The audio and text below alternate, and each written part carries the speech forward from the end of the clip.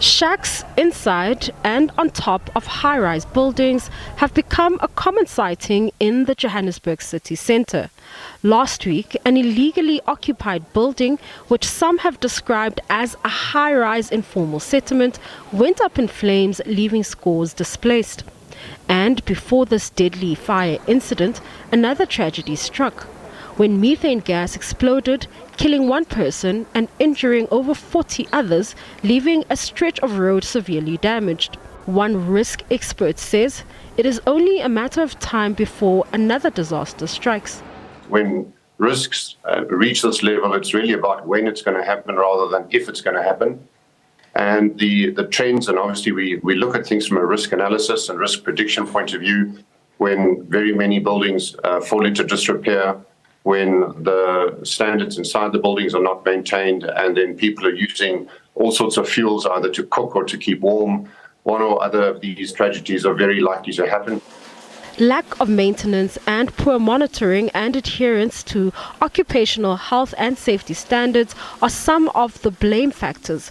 Residents living and working in the inner city are confronted daily by a stench of sewer running inside the building. The ablution facilities have crumbled. There are many more buildings like that in the inner city, such as this one behind ourselves. And if we are not careful, we might wake up tomorrow being told that another building is on fire and we have other casualties. Possibly many casualties more than what we have previously experienced. The housing backlog, compounded by in-migration into the city of gold, has resulted in many having to live in squalor. She says, "I'm surprised because the houses and flats we were promised are nowhere to be seen." It was 2009. We've been waiting since 2009. Some people have died while waiting. Since it's in a housing department. However, the city of Johannesburg says all three spheres of government will need to work together to address the backlog. Investigations that were undertaken by the Group Forensic and Investigation Services of the city, which is GFIS.